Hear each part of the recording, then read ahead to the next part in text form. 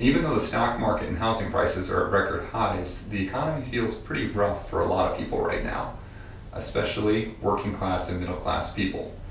This is a good time to reflect back on our relatively recent American history to a time when the economy was much better aligned with serving working and middle class people. In general, that time frame is somewhere in the mid-40s to about 1980. During that period, the American economy was very strong, but even more importantly, the benefits to the working and middle class were aligned with that economic growth. So we saw earnings and wages increase at the same rate as growth during that period. If we look back at that, there's a few things we want to point out. This is a time when the national debt for our government was dropping year over year for multiple decades. So our government, in some sense, was better off economically than any other time in history. We'll give a quick view of what that looked like.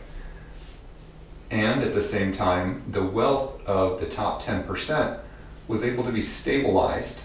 That's very important. We'll talk about that a lot over time on this channel. It's important to stabilize that total amount of income or wealth for the wealthiest group. If it's growing over time as a fraction of the whole, that means that the middle class and lower class are losing assets, losing wealth over time, and that's not a sustainable process. So it was a period of time as well where that was stabilized, another big plus. And as you might expect, there was a reason. There were much more progressive, much higher taxes on the very, very wealthy at that time, with the marginal tax rates being among the highest in our history. We'll show a little picture of this here as well.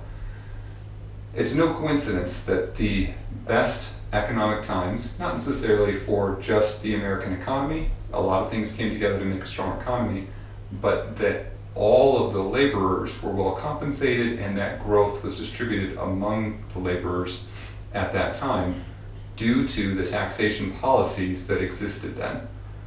If we want prosperity for the future for working and middle class citizens, if we want home ownership and development of wealth over time, we need to have tax policies that are similar or have the same effect as the policies that led to the economic benefits during the 40s, 50s, 60s, 70s, and ending in 1980.